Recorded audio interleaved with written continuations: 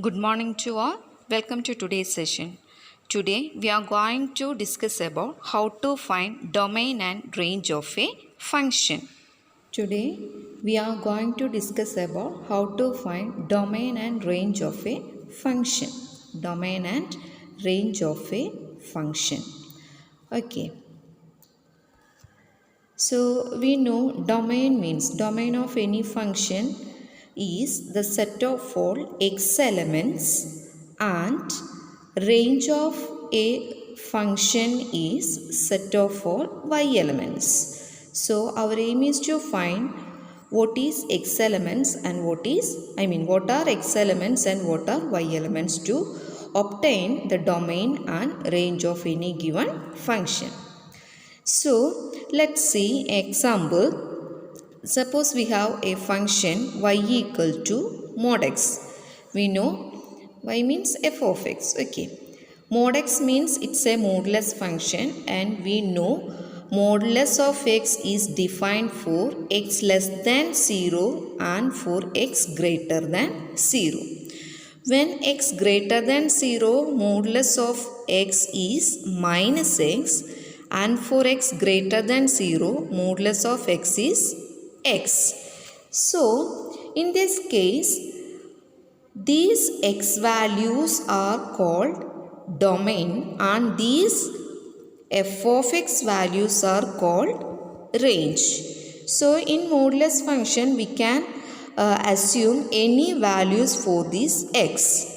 Okay, any values we can choose for this x. So, domain of the modulus function is the set of all real numbers. Okay. At the same time, range. So, when we put x equal to positive value, then the function value is positive. When we put x equal to any negative value, then the modulus value or function value is negative. So we got positive values and negative values. What about x equal to 0? When x equal to 0, modulus of x is modulus of 0, that is 0.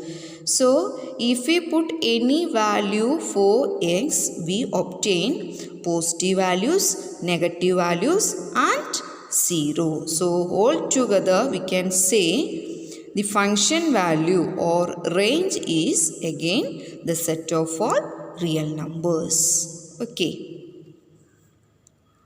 Now see another example. F of x equal to root of x minus 1. So listen, it is a radical function, root of square root function. So see the process of finding domain and range of such a function. So to obtain domain, listen, consider the expression inside the radical notation. Okay, inside the radical notation, what is the expression? It is x minus 1.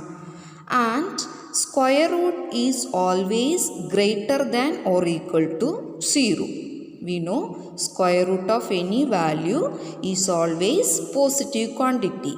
So, this expression inside this radical notation must be greater than or equal to 0.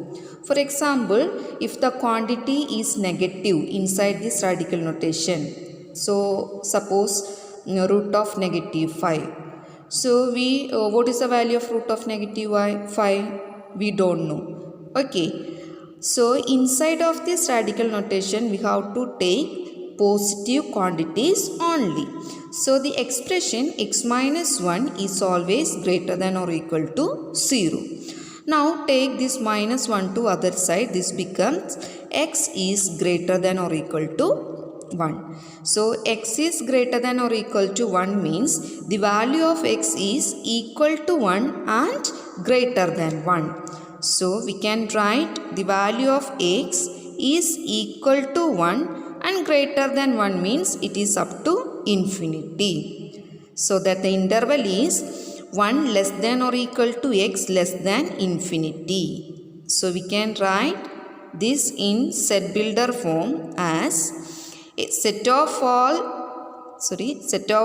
x such that 1 less than or equal to x less than infinity, or we can write it in interval form, that is x belongs to 1 infinity closed at 1. Closed at 1 means we can consider 1 and more than 1 values for x. So this x belongs to this interval means domain of our given function f of x is the interval 1 infinity. Okay, closed at 1. Now see what about its range. So our given function is f of x equal to root of x minus 1. So f of x is same as y equal to root of x minus 1. So to obtain range, first you have to write f of x equal to y. Now it is a square root function. So to remove this square root function, next step is we are going to squaring on both sides.